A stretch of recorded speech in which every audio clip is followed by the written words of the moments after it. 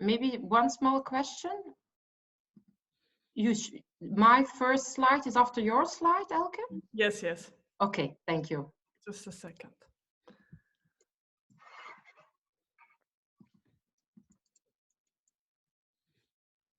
Top, thank you. You're ready to go? Yes. Yes. Yes, good luck. Hello, everybody. Good afternoon. Thanks for dialing in so massively, although the last notice of late notice, I need to say.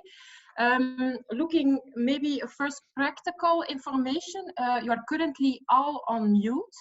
And also your video is disabled, so you will only see the people presenting currently on your computer, and we will elaborate a little bit later on the chat box function in this call, where you can drop your comments but also your questions. So welcome. I would like to start with looking back, in fact, first to our last QLM, where I was one of the persons of the organizing committee, which was just 1 week ahead of the lockdown. It was on the 6th of March.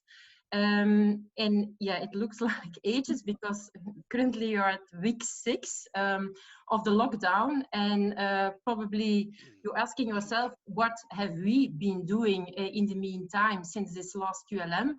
Well, we have taken the opportunity, in fact, to set up a team called Team One, represented by Alexander van Zandvoort, Gerard Kersen, Phoebe and myself, and supported from the MB by Sonia and also Lies. And in fact, we took the opportunity to plan a full year of virtual QLMs, so really a full year agenda, but also making, in fact, use of the COVID-19 situation in developing opportunities. On one hand, to support you as people leaders, but also at the other hand, to prepare ourselves to the new world.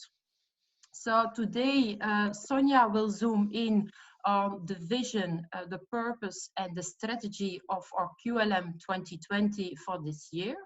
And Phoebe will zoom in on the focus of this year, but also on the lightly changed concept of the QLM. So I would like to hand over now to Sonia to take us through the vision.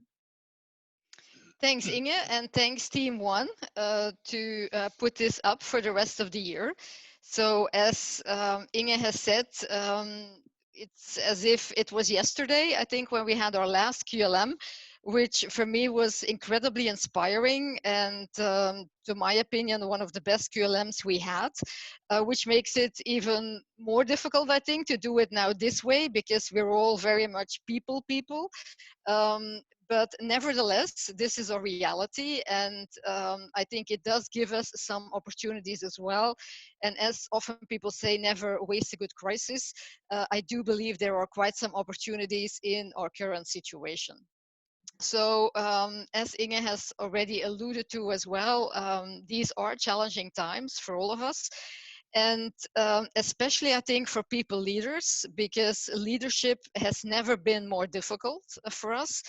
But to my opinion, really, leadership has never been more important than at this very moment. So we're all in this together. And I think we're all now being charged with stepping up to the challenge, and also making ourselves stronger for our people and for the organization.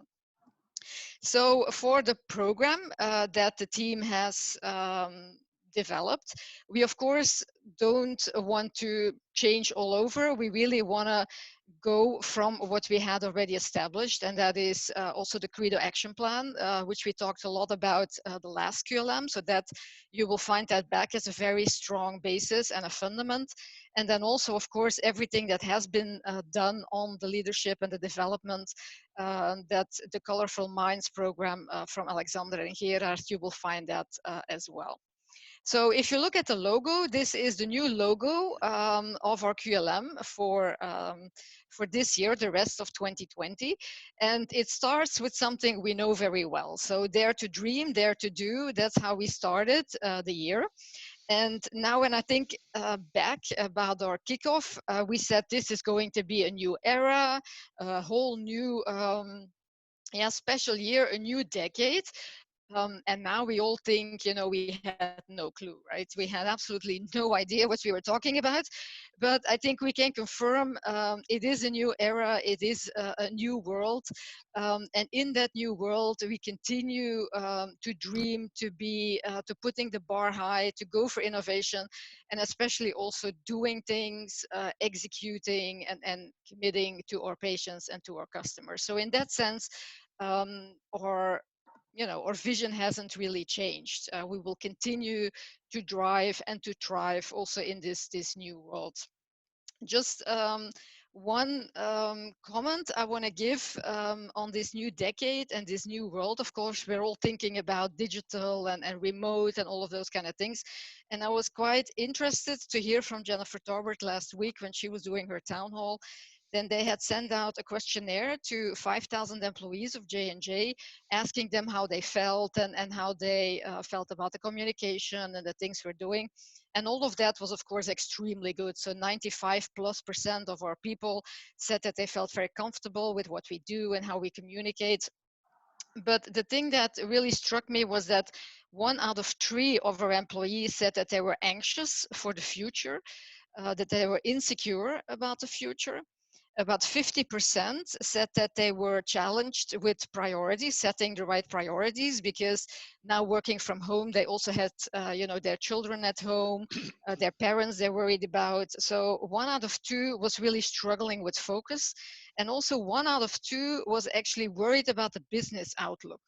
And I think we really need to think about that also towards our people and towards our leadership, how we can help take that anxiousness, that uncertainty away, help our people to focus and make sure that our business outlook continues to be bright even in this new environment. And then the last one of this new logo, for you and by you, actually continues to be what the QLM has always been. It is for you, for our leaders. The agenda is set by you. The most important now is probably also that in a digital time, the community is important. So we may want to think about how we as a team become more a community than each and every one as a leader of his or her team. And then, of course, the logo or the picture of the thinker with the Latin, which I don't understand because I don't know Latin, but I know the French and the English of René Descartes. So I think, so I am, je pense, donc je suis. I do believe that these very unusual times should force us to sit, reflect, and think. I think we have a unique opportunity to reshape our organization and to also reshape ourselves. We probably in our lifetime will never have such an opportunity again. So I would like to challenge all of us, including myself, to take this unique time and to think, to reflect, and to make sure that we come out as an organization differently, but with the same values, but a different way of working. So that's my challenge to all of you, to be that thinker in these times. So now the next slide, just making a little bit concrete. So our vision is to have this inclusive organization where diversity is thriving and when we focus on the growth of our people in this new world. And you recognize a lot in there from already our Credo survey and what we were working on before. The purpose is to have this integrated development program that also Alexander and Gerard were working on before, a source of talent. We want to continue to be recognized as a talent for J&J. We would really like this group to be a community and to be even more of a community than we were before, with a very specific sense of purpose. And then we really want to drive this transition. And Benelux has always been at the forefront of many changes. So I would love to see us also taking the lead within J&J on this transition. And then very concretely, the next one, our approach. So we want to integrate the Colorful Minds leadership development and the Credo Action Plan. So we would like to engage all of you, create a sense of belonging and the same dialogue, the same kind of language, and to focus on what matters most. So as we talked, I think very intensively last time at the QLM, this openness, accountability, integrity, and inclusivity, where we all realize we still have a way to go. And then for our people leaders, we want to develop, strengthen you guys, develop our future leaders, being agile, because that is going to be requested of us, especially now coming out of this very specific period, and then collaboration and with right values in this new world. So with this, I would like to hand it over to Phoebe. Thank you for the overview, Sonia, and good afternoon, everyone. Hope everyone had a good weekend and safe and healthy. So I'm just going to go through a couple of slides before passing on to Inga, who'll be introducing our speaker for today.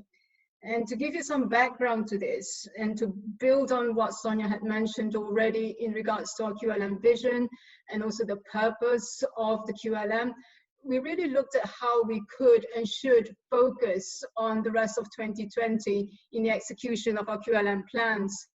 And this is with the view of our new world that awaits us. The main themes, as you can see on the slide here, primarily focuses on our values, our leadership, and our new world, as Sonia had mentioned earlier. Okay. Now, on values, we base our values on our credo, and really what helped us to understand where to focus was the feedback on our voice survey from last year and areas which Inga had already mentioned in the last QLM just before the lockdown. So with that in mind, we will of course be working together with everyone in the QLM community now and also into the next few months or so to look at areas for improvement and also areas that we can strengthen as well. So not just the improvement, but where we can strengthen. And on leadership, as mentioned, we're integrating or have integrated the people leadership discovery concept, which Alexander and Herod have been working on with Ivo Hugelen to the QLM program. And this is really to tailor the program to fit with your leadership style as well in your personal leadership journey. And on the new world, and we all know this, we're all very much aware of this and have reflected on it as well, I'm sure, of our new environment driven by the COVID-19 crisis. And our objective is to help and support you as our people leaders to better understand your current situation or our current situation and to be able to successfully transition into our new world and to better understand and adapt our new way of working to best serve our people and also our teams. All right. So next slide, please. So in summary, we made some adjustments on the execution for the rest of the year and some things which Inga and also Sonia had already alluded to. So we created a steering committee, so team one, and this is to provide a central point of planning and also contact. And needless to say, in our new reality, this means that the rest of the year, the QLM meeting will be done virtually. And I don't know about you, you know, it can be quite a challenge to be engaged and also to engage as well in a virtual meeting for more than 2 hours or so. So with this in mind, the plan is to plan shorter but more frequent QLM meetings for the rest of the year. And we'll be sharing the dates and also some of the meeting agendas after today. The content and the meeting agenda towards the end of the year is going to be still quite flexible because remember, the content is going to be built by you and also for you as well. But we thought that we'll kick off a few of the content in the first 2 QLM today and also the next one as well. And I just want to emphasize as well that it is important that we all work together as a QLM team to ensure that we maintain the QLM philosophy of a program which is designed for you and by you. And to sort of help us with our program, we're collaborating with 2 external partners, with Evo, which I think that you're all very familiar with, and also with Better Minds at Work, who you may or may not know, but we're certainly very excited to introduce them to you. And I leave that with Inga, of course, who actually have worked very closely with them. collaborating with them to tailor a program specifically to help people leaders, i.e. us, to deal with the COVID-19 crisis from a mental capital perspective. Elke and her team specializes in brain activity, more specifically in techniques on brain training to enhance mental agility in order to manage your energy levels, productivity, resilience, and also, most importantly, happiness as well. So that's all in a nutshell from me. So let me pass it on to Inga, and thank you. Thank you, Phoebe. As said indeed by Phoebe already, it's our first webinar in a series of some of the first one we have been looking at, and we are very happy to announce that indeed today we may welcome Elke, who is the CEO of Better Minds at Work, as our keynote speaker today about mental agility, mental resilience, and mental capital. And I do need to take my list to introduce you. Elke has a PhD in psychology, and she has held various academic positions at the universities of Harvard, St. Andrews, Maastricht, and Rotterdam. She is Belgian, so we can tick the Benelux box immediately. In fact, she's a human capital expert, bestseller author also of Mental Capital and Authentic Intelligence, 2 books.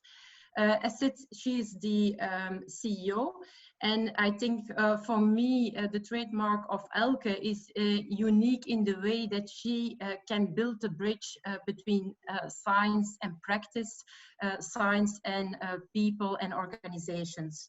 So welcome Elke, and I would like to give the floor to you. Thank you very much, Inge, and good afternoon, ladies and gentlemen. In the next 40 minutes, I would like to give you some of my insights from neuropsychology about mental agility. As you have seen, Sonia has introduced the topic of the QLM for the rest of the year, and the thinker is very well positioned there.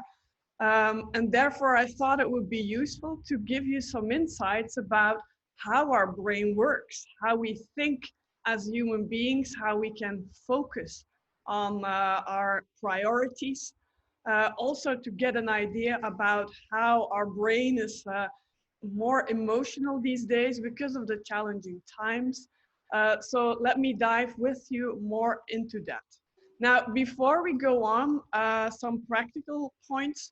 There is the opportunity, like a chat function, in the group on the right bar of your screen. If you have technical issues, feel free to drop a note there, and we will try to reply. There's also a Q&A section because there's room for questions after my talk. So if you insert your questions there throughout my talk, we will combine them at the end and give you some feedback on those, and you can just insert them without showing it to the entire group. So feel free to drop your Q&A there. Now, when we had the image of the thinker, let's proceed a bit more about how our brain works. And of course, these days, our brain is being challenged a lot. We're really in what we call the stretch zone. We have to be agile all the time, reinvent ourselves, come up with new ways of working, dealing with homework for many people, like lots of new issues, like today after the Easter break. Many parents are now school teaching their kids. So there's a lot of challenges to our brain, a lot more than normal. And in the previous QLM, right before the lockdown, images like this one would have just not been imaginable, I guess, to any of you. Empty squares, empty train stations, like here in Antwerp, Central Station almost desolated. In Amsterdam, an empty dam. Beautiful Italian squares are all desolated. Think about sitting on the Spanish stairs in Rome.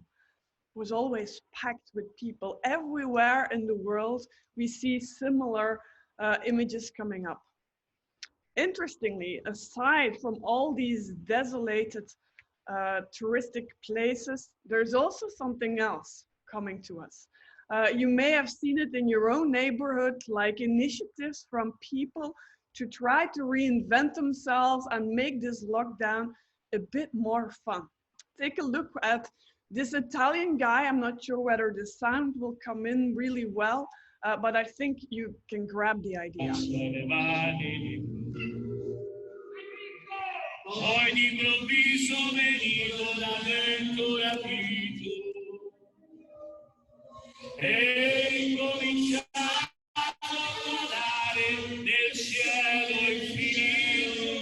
Mister, fatti sentire! Tutti insieme! Oh, cantare! Oh,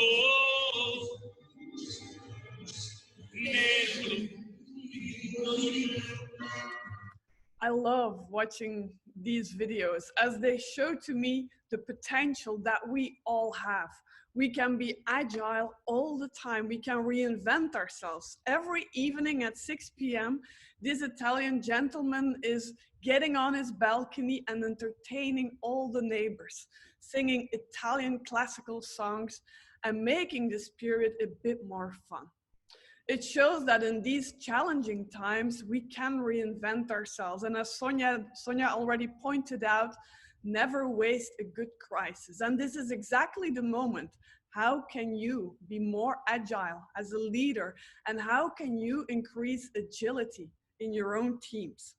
Or like Stephen Hawking once said, intelligence is the ability to adapt to change. And of course, that today is certainly the case. Even after this lockdown, if we go back to the work floor, it won't be business as usual. There will be new ways of working, and all the lessons that we can take today throughout this crisis might give us a better version of ourselves, of our teams, of you as leadership. So let me give you some basic insights about how your brain works, and of course the brain of your team members.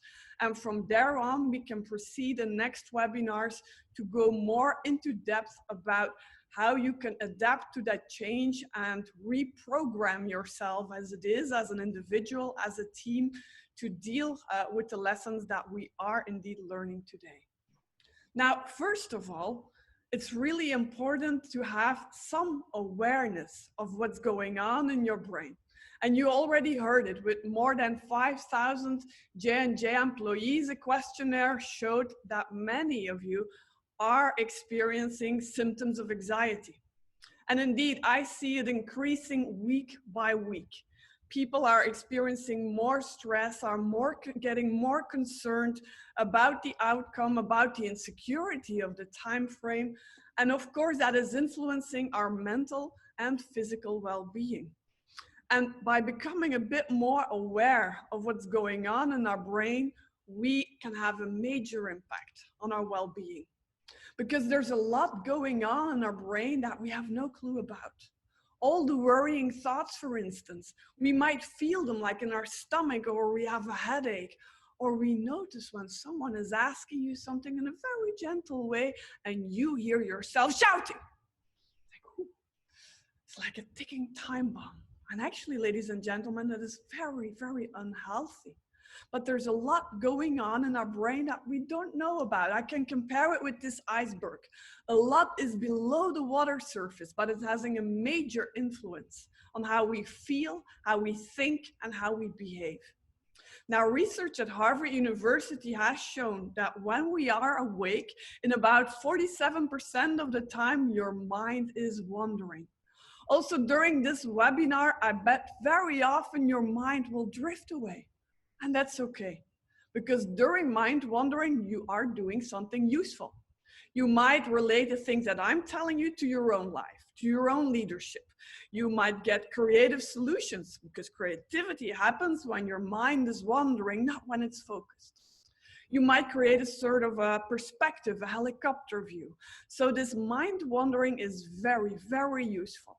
Even during work time, we have to allow our brain to wander, to recuperate, to get new thoughts, new ideas. And you can only be the thinker if you let your mind wander sufficiently. So we need this, but there's a really big problem with the mind wandering. Even the biggest optimist who is watching today, when your mind is wandering, it's a negative mind. It's a mind full with negative, anxious, stressing thoughts, especially these days. To understand, let's go to your brain. To put it quite simply, since primitive times, there's been a primitive brain in you. It's responsible why we are still surviving as a species today. It's always on the lookout for danger. Should I fight or should I flight? Now, before the COVID-19 crisis, this primitive brain in us was so bored. It had nothing to do. There was not that much danger in our world, and you probably are familiar. If you think back, like quite an okay day, almost a perfect day, and one negative thing would happen, you would focus on it disproportionately because your primitive brain finally found something negative. Your primitive brain also loved all the digital stimuli coming in, finally something to do. Now, luckily, throughout evolution, we've also created this neocortex, the new cortex, and especially the frontal part, the prefrontal cortex, is crucial for us to be a Homo sapiens. It's crucial for us to be a thinker, like Descartes pointed out. Now, this prefrontal cortex is the youngest part of our brain and is responsible for a lot of functions. It's responsible for reasoning, for problem solving, for higher order thinking, for empathy. It's responsible for focus. And it's responsible to put the primitive person at bay.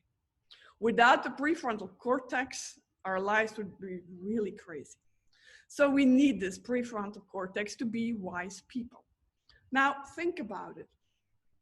As a prefrontal is responsible for focus, it actually means that during mind wandering, it's not functioning well. It's not doing its job well, because otherwise you would be 100% focused.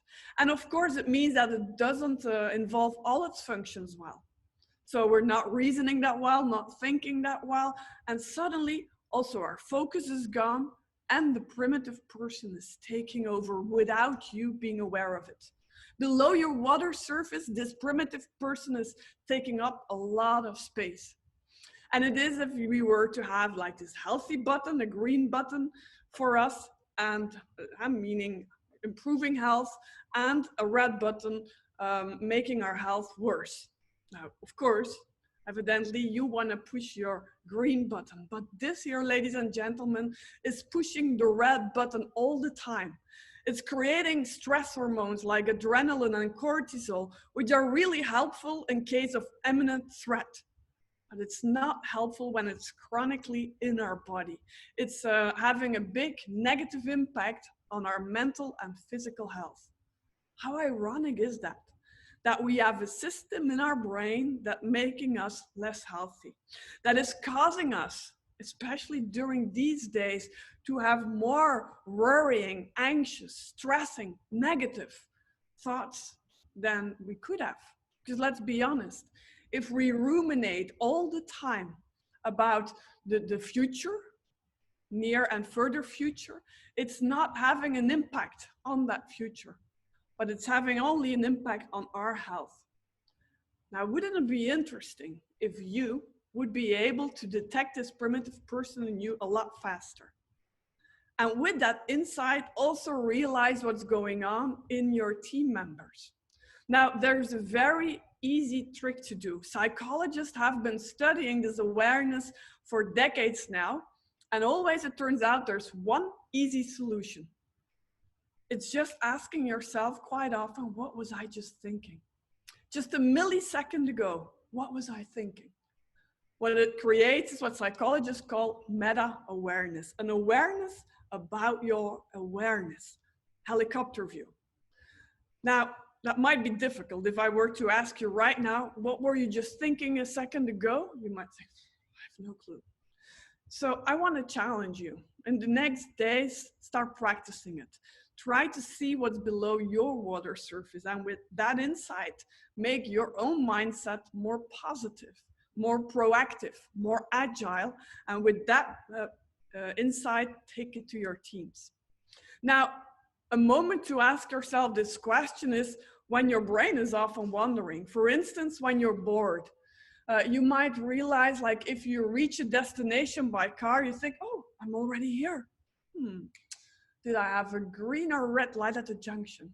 No clue, because your mind is drifting away. Maybe if you're waiting in line at the supermarket with a bit more distance these days than on the picture. And there you are, waiting. And your primitive brain starts wandering. It's going, having all these kinds of thoughts. And at some point it's thinking, oh, I'm in the slowest line again. How is it possible that I always pick the slowest line? I know it happens. The primitive person is creating stress hormones and you leave the shop totally stressed, pushing your red button.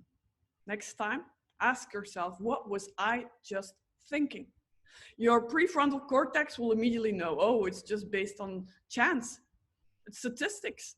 One time you pick the slowest line, the other time the fastest line. You just don't notice when you pick the fastest. You just go in and out and don't think about it. So pick moments, ladies and gentlemen, when you are bored yourself. I guess many of you have back-to-back online video meetings, and there's a lot of discussion going on, and our brain is not really used to it, and it starts wondering even more. Check then, what am I thinking? About 8 out of 10, your mind is negative. See what it could do. If you realize it, you can neutralize it or even make it more positive. Now, aside from these moments of boredom, also try to relate it like to certain routine actions in your day. Suppose you often drink coffee or tea, that you make with yourself the deal, the first sip that I take, I ask myself, what was I just thinking? Or maybe while brushing your teeth, taking a shower in the morning, or the first time that you open up your laptop during a work day, ask yourself, what was I just thinking? If you notice at that moment, your brain is having thoughts like, what kind of misery is it going to be today? Then you know you'll be a sponge of negativity. Turn it around.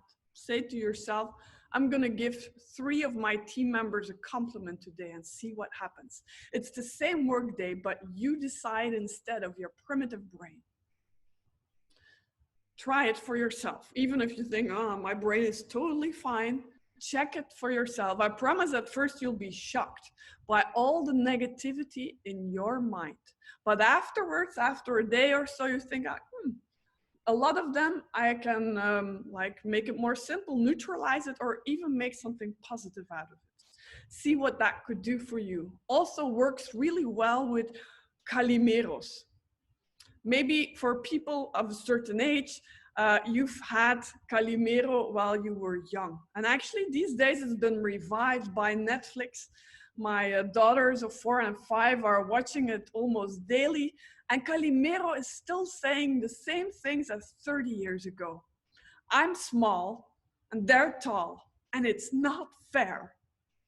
And actually, to be honest, ladies and gentlemen, before COVID-19 crisis, I came on Belgium and Dutch work floors almost daily, and I always encountered calimeros, people who are complaining about everything.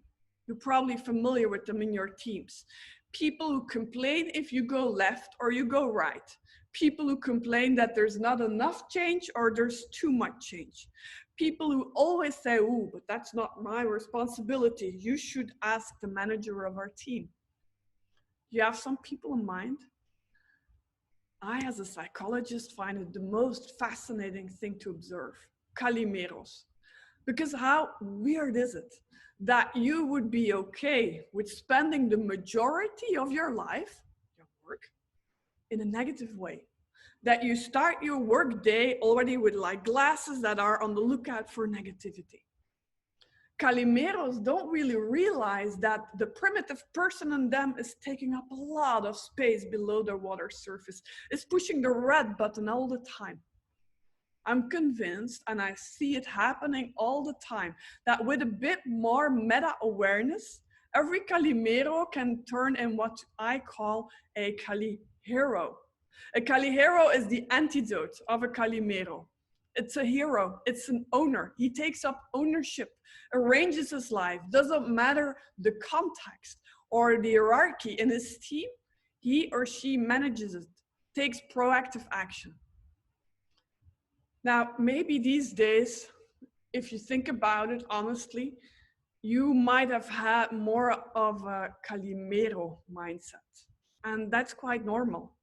We've been in one of the biggest challenges of our lives with an uncertain outcome, and we just go along from day to day, and it's difficult. But this Calimero in you won't get the best leader out of you. Think for yourself with just a bit more meta-awareness what a huge impact it can have on you as a person and as a leader. And then when you get that Calihero mindset, make sure that you address the Calimeros to become more meta-aware of what's going on in our brain. It's the first step of mental agility, becoming more aware. Now, I assume that most of you have had issues while working from home with focusing on your priorities. Leadership has never been more important than today, but there's a lot more going on. You have to manage your work, your private life, maybe if you're a parent, manage the teaching of your kids. Like there's so much things that are taking us away from focus. And focus has often been called the new IQ.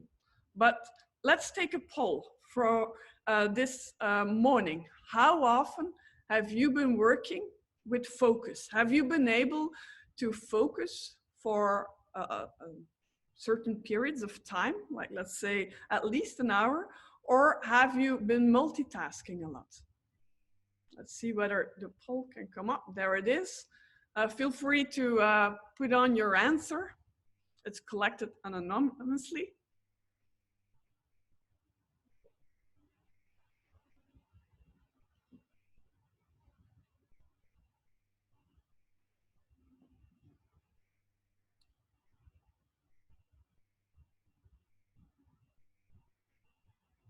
The results are already getting clear. The majority of you, 3 out of 4, has said, I've been multitasking between different tasks and projects. And that's normal, because there are so many things to do, especially as a leader these days, so that you have to juggle all the time. Only about 1/4 of you says, I've been in full focus today. Oh, I've been in full focus today. Oh, wait, it's taking up my focus for a second. Something went wrong. Back here. There you go. Only a few of you said, I've been in full focus today. And most of you said, I've been multitasking between several tasks, probably several people. But let me give you an example. You're watching this webinar and a text message comes in on your smartphone. And you think, oh, I can reply to that text message and at the same time, keep on listening to Elke. Where do you think most of your attention will be? I bet you think with the text message, but no, not the case. What's happening is actually below your water surface. You're paying attention to the text message. You hear a few words of me, the grammar of the message, back to me, sending the message back to me. Oh, no reply yet, back to me. About 80% of your attention goes to no man's land without you noticing, because the human brain cannot multitask, also not the female brain. It's a myth. It feels like multitasking, but it's actually switch tasking below your water surface, so without you being aware of it. That's the way we work. And not only today, during this COVID-19 crisis, but also long beforehand. We're multitasking all the time. People complain about work pressure, And actually, a lot of that is caused by the way we work. Research shows it. Our productivity is up to 40% lower while multitasking. The usage of smartphones these days has increased by 50%. The primitive brain in us loves it. Finally, something to do. Always like new things coming in, being distracted a lot. And with each distraction, it takes up to 25 minutes before we're 100% focused again. And of course, in those 25 minutes, you've been distracted again. So it means that almost never you're 100% focused. So it means that almost never your team members are in 100% focus on the priorities. Maybe some of you think, especially the ones that I've been multitasking today, you might think, but you know, my job requires multitasking, especially as a leader. I have to multitask between so many projects, responsibilities, and people. The good news, Elke, is that what you often do, you get good at. And that's true. The more you do things, the better you get at it. But ironically, not for multitasking. The more you do it, the worse you get at it. To understand, let me take you to your brain. It consists of about 86 billion nerve cells that are wired together. You see it here, the pathways, about 85,000 kilometers in your brain. About 20 substances that travel through your brain all the time. Make you happy, sad, stressed, worried, in love, hungry, thirsty, sleepy. That's how it works all day long. Now think back about the text message coming in on your smartphone. That moment that your smartphone lights up, your brain thinks, something new. This causes is being caused by many substances traveling through your brain, including one hormone. Let's see, I get this message that the presentation is no longer available. Being challenged on multitasking here. Let's check, put it back on.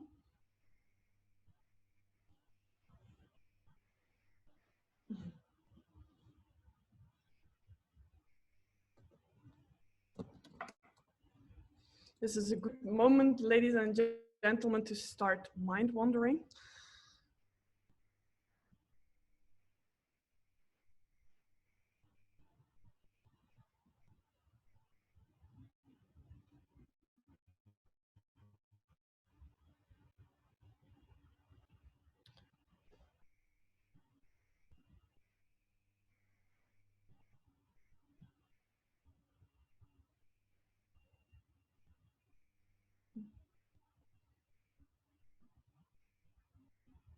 Maybe I can ask Natalie, my colleague, Yes. whether you are able to turn the Prezi back on, because I get the signal that the presentation has been deleted, which I've never encountered before. So could you check it and then I just proceed with the talk?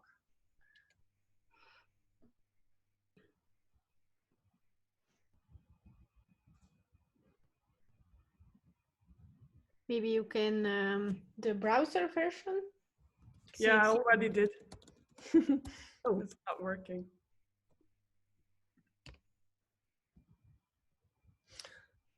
Now, let me proceed with what I was saying about multitasking. Many of you probably thought, well, my job requires it, and therefore I get good at it. But it's ironically the opposite. The more you do it, the worse you get at it. I showed you the brain and what actually is happening, that a multitasker, every time he picks up a new task, get the experience of, I'm doing really well, I'm needed, people rely upon me. So with every task, the multitasker is getting substances in his or her brain, feeling this moment of happiness. It's created by dopamine, the shot of dopamine. Thank you very much, Natalie. If we can go to the dopamine slide. Yeah. Thanks. It's creating this shot of dopamine. And dopamine is being released when we eat chocolates, when we eat fats, is being released when we do purchases online, when we're having sex, when we are experiencing a lot of stimuli, when we are multitasking. Probably now because you saw so many images. And the multitasker, with every moment, it's having this dopamine rush. And it actually can be compared with a drug addict. A drug addict needs more and more drugs to get this high effect. And the same is with the multitasker. With every time that he switches between tasks, he gets this idea of, I'm doing really well. Now, think for yourself, how often this happens to you. I want to challenge you and experience it yourself by doing 1 hour of single tasking, today or tomorrow. You and just one task, and see what happens. Will you be in full focus all the time? Or will you notice that your mind is trying to get new input, is showing withdrawal symptoms, just like the drug addict would have? After all, multitasking is just screwing up several things at once. Check it for yourself. See what happens to your brain. Now, maybe some of you are sports fans, and before COVID-19 crisis, you may have watched a soccer game. Right before the game, the players, when they go on the field, you see them do things like making a cross, or for instance, like touching the grass. Maybe some of you are tennis fans. I often see Rafael Nadal, one of the best tennis players ever, showing like when between a pause between games, he's setting up his drinking bottles in a certain way directed to the field where he will be playing the next game. If you look at it, many people say, well, it's religion or superstition, but it's nothing of that. What it actually is what psychologists call an attention ritual. Maybe you know the research from Pavlov. Pavlov was able to condition his dog. He would ring the bell and serve the dog food. After a while, the dog knew if the bell is ringing, then I get food. After a while, Pavlov was only ringing the bell and the dog already started drooling. It's exactly the same what those top sporters are doing. They're conditioning their brain and their body to get a peak performance. And what do we do as corporate athletes? We often go and sit down and think, okay, focus. I don't really feel it yet. Let me grab a cup of coffee. You get back and you see 10 new emails and you think, oh, let's start with that. And before you know, the issues of the day have taken over. How fun would it be if you would be able to condition your brain? If you want to go to full focus, that you manage. The good news is you can. I've done it myself. Every time that I want to go in focus, I put on a certain song of Leonard Cohen, one of my favorite artists, just on repeat mode, and my brain knows. Ooh, she's serious. She wants to go to focus. All the distracting web pages, I'm just being vanished. Just the one crucial one stays open. How about you? I don't mean to say that you have to start listening Leonard Cohen, but think of something that could really get your mind in focus. See what it could be. It should be something unique, because with Pavlov, it was the ringing of the bell, not Pavlov whistling on his fingers, that would get the dog being conditioned. So it cannot be a cup of coffee. It should be something very specific, only tailored to you wanting to go to focus.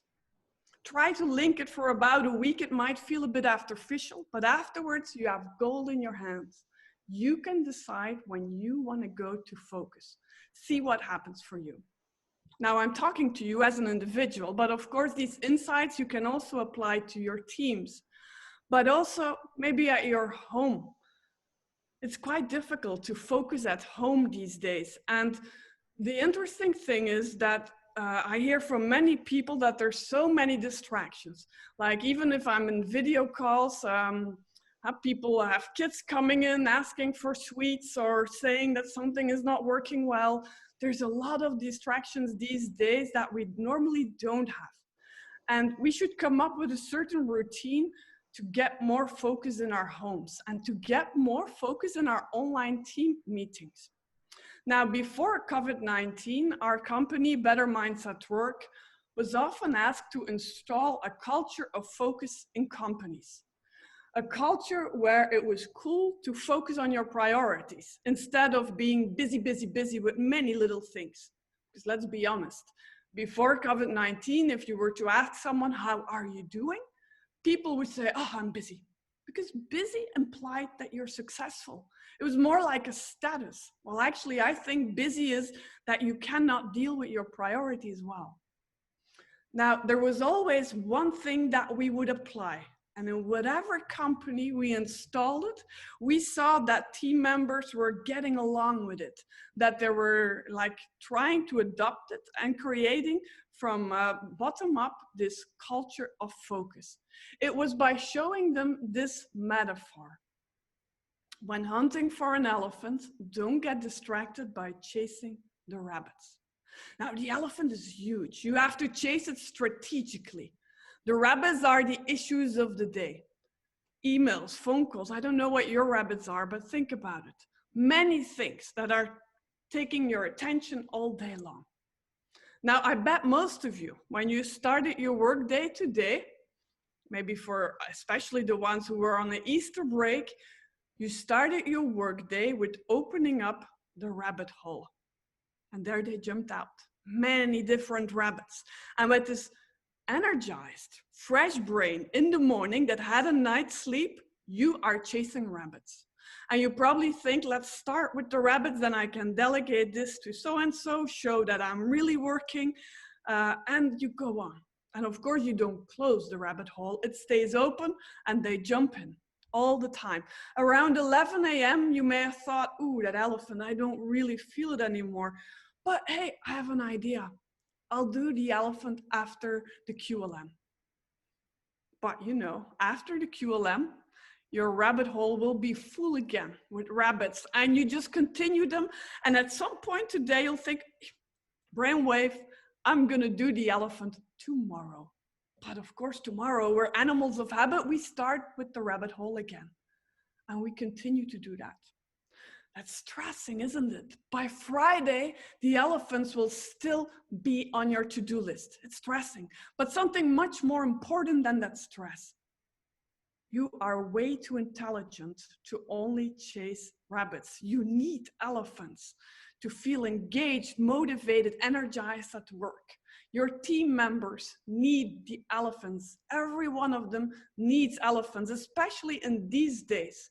It's really important to get in touch with the elephants and get the satisfaction that you're working on them. Now, think about how you can install it in your day and on your work floor and your home. For instance, we've done it in many companies. This is my own laptop. When I'm at home, I put on this elephant on my laptop, and my kids and partner know, ooh, she's focused. Of course, not 5 hours, but it allows me to be like 1 hour in focus. We've also applied it in big companies like Brussels Airport, SAP, many hospitals, many institutions. And everywhere we saw the same thing happening. People get in focus. This is one of my colleagues who installed an elephant corner in her kitchen. Especially after the Easter break, it might be interesting if you have kids at home to create this culture of focus. A few times a day, and how fun would it be if you can align it with your family members so you have the same moments for elephant time, rabbit time, recuperation, and so on. See what it could do for you. Also, apart from your home, see what it could do in your online meetings. If you have focused meetings, can I have the next slide, please? If you have focused meetings, see what it could do. Which will the elephants be of that meeting? Because very often these days I hear, people saying, oh, I've been in back-to-back online meetings, and at the end of the day, the elephants are still there. Define with your team members and also for yourself how you can involve the elephants first with a fresh mind, and put the rabbits aside for later in the calls, in your work and in your day. Now, important will be, like, for the next weeks, how you can adapt that focus. See, I cannot make the translation to all your activities, but see for yourself how you can apply that focus better. Okay, now after all the focusing, it will be important to unfocus. There's recently been research that showed that people who often stared at the clouds were much more productive than people who stared at their computer screen all day long. But based on character and ambition and willpower, we just continue all the time. Think for yourself how important it is to recuperate. Top sporters don't run 3 marathons in a row, but we as brain workers, we just keep on going. While we need to create the reflex to wonder, to have our brain like having a lot of associations. Think back about René Descartes, the thinker. We have to let our brain recuperate, wander, without any distractions. Have you noticed, for instance, the beautiful blossoms these days? Really seen them and looked at them, enjoyed them. The absent time we have to create it these days, like often push the out and on button on our smartphone. My advice is invest about half of your free time in smartphone free time. It will allow you to be creative, to imagine. As the logo of your QLM says, dare to dream. Therefore, dare to unfocus. Dare to do sometimes just nothing and allow it in your team. Don't think that people have to be online all day long to be really at work. Sometimes it actually means they're not working well. So see how you could translate it to your own way of working and to the working in your teams. Now, finally, aside from awareness and focus, it will also be important to have like a strong feeling about our motivation. Especially in the times that there is such an uncertain time frame, I hear more and more that people are becoming demotivated. Now, to overcome that, it's really important to stay in close contact with your intrinsic motivation. The extrinsic motivation of your job is quite easy. It's your salary, but there's an intrinsic motivation why you work at Johnson's or Johnson & Johnson. Think back when you applied for a job there.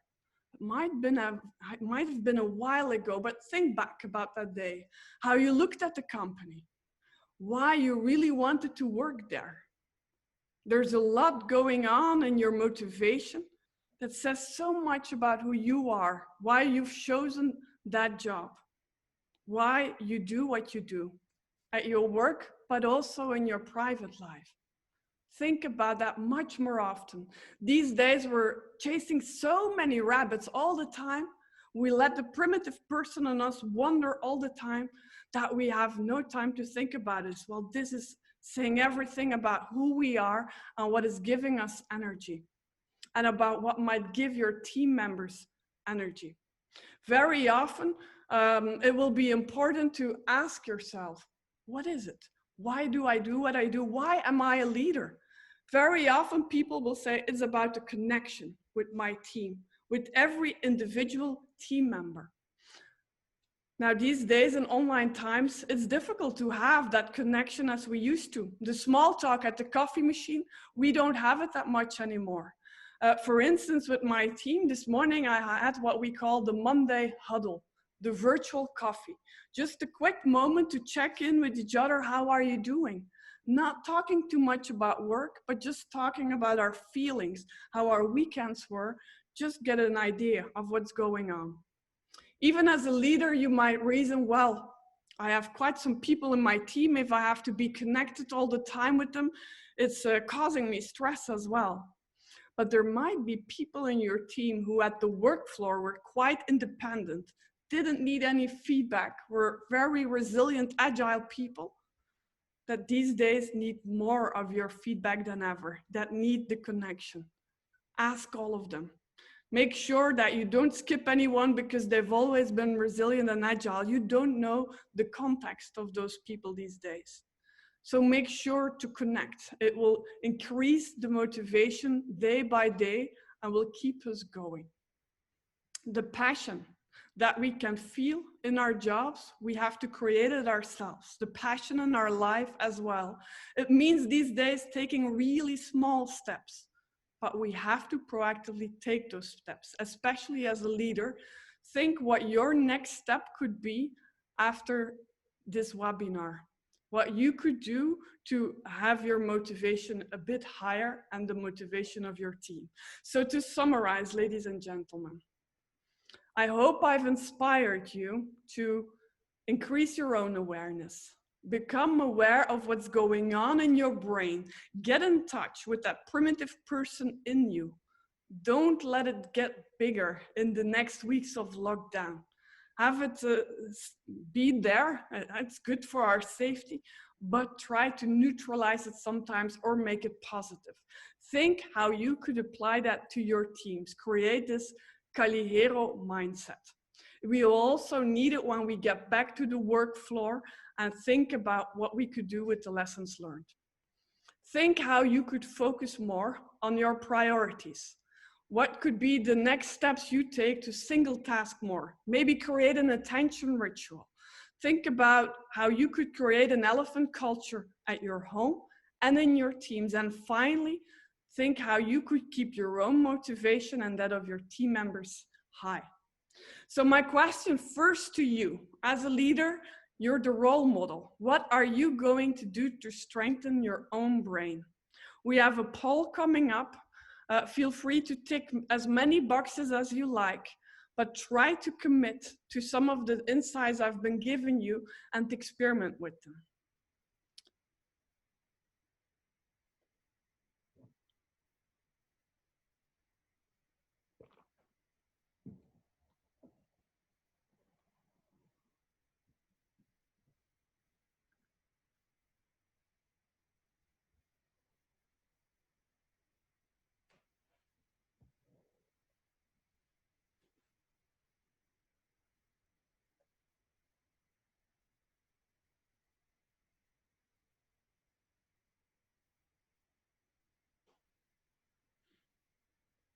Let's see, the majority of you voted.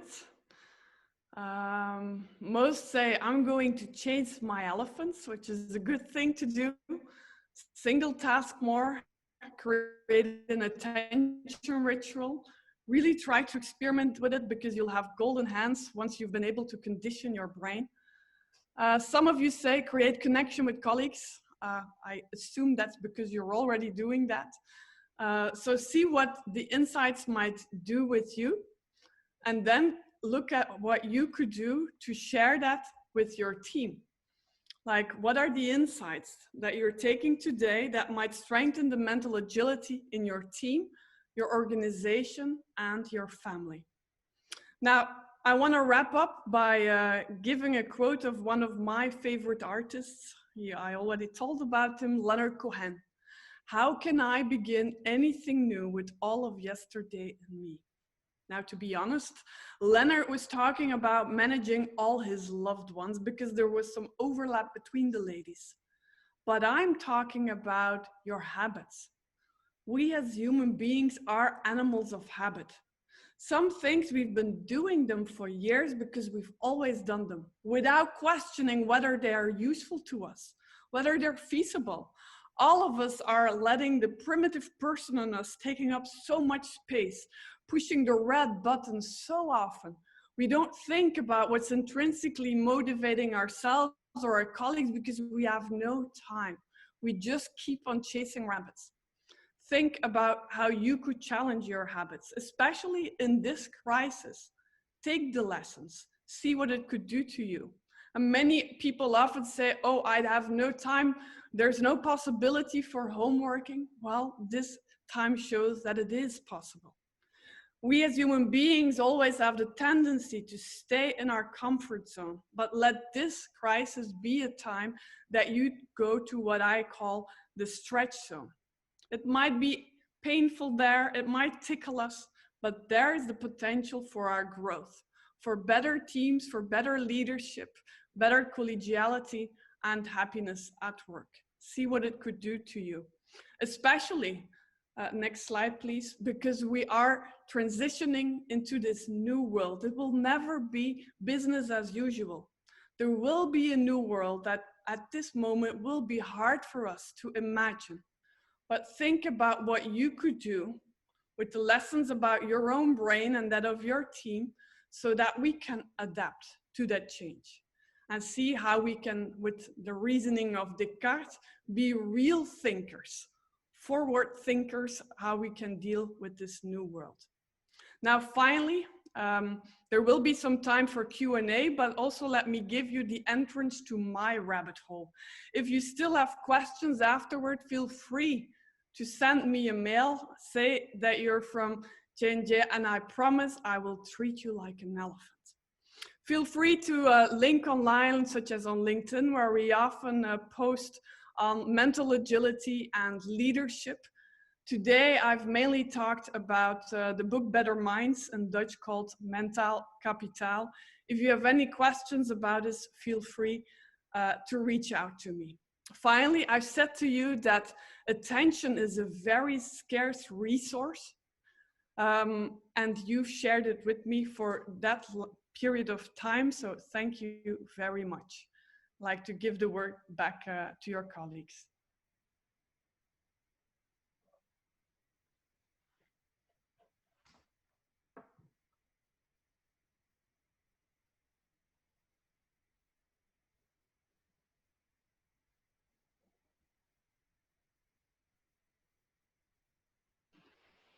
Inge, can you read the Q&A questions?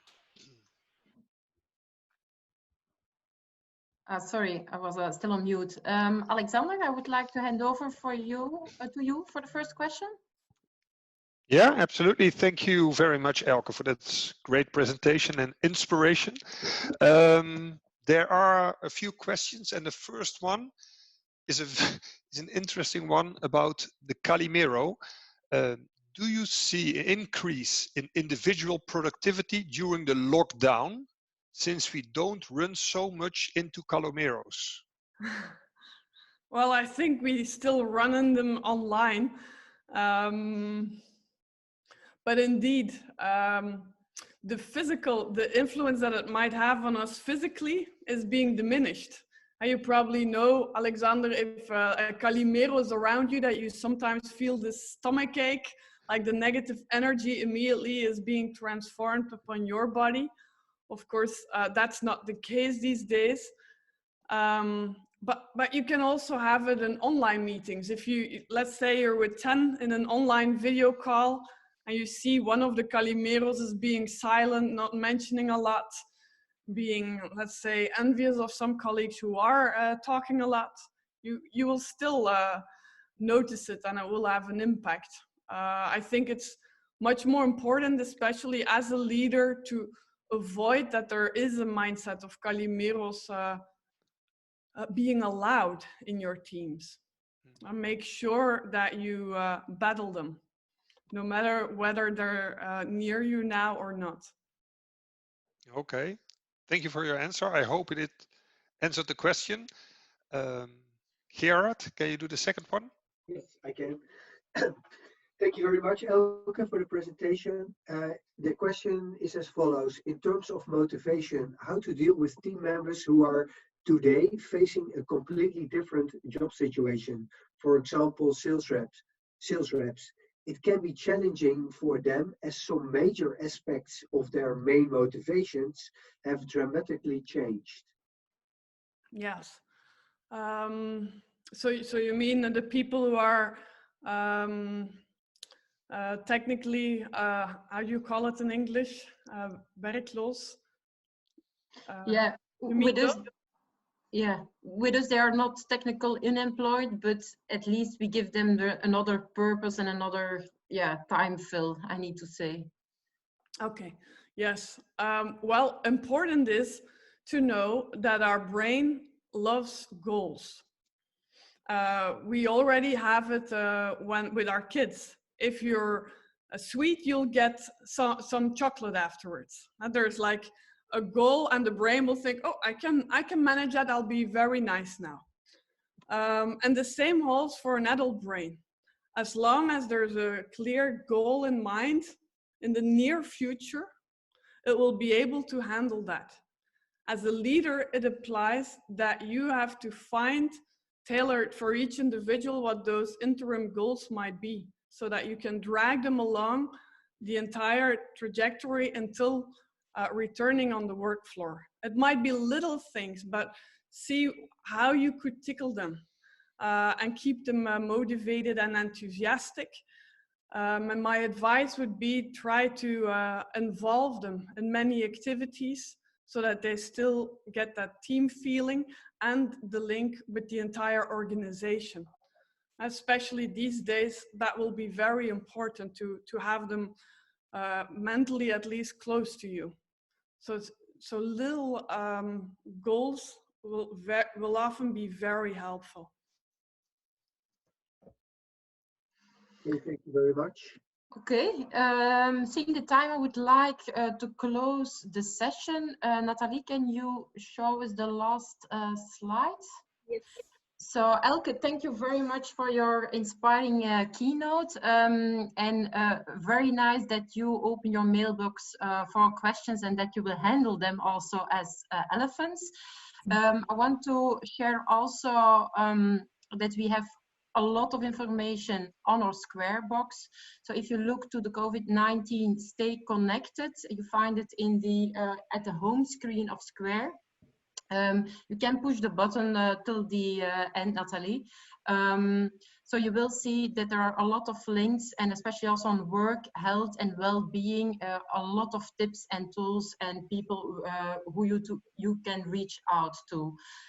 So that as a follow-up. Then I would like to launch a call to everybody to fill in the feedback form. Later on today, we will send you an email with the feedback form, but also with the recording of this session, so you can look back. But also for the people who couldn't make it, we will share the recording.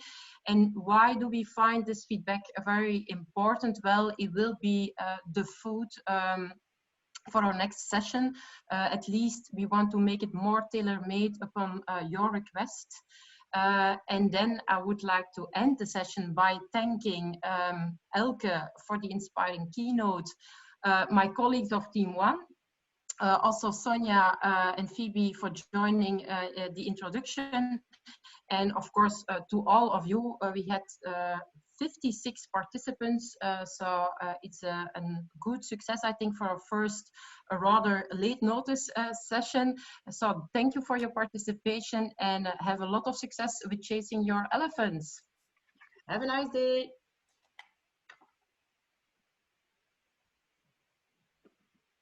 Bye-bye. Bye. Bye. Bye, everyone. Thank you. Well done. Thanks a lot, Elke. I'll see you soon. You're welcome. Thank you. Well done, it was very good. Thank you. See you soon. Bye.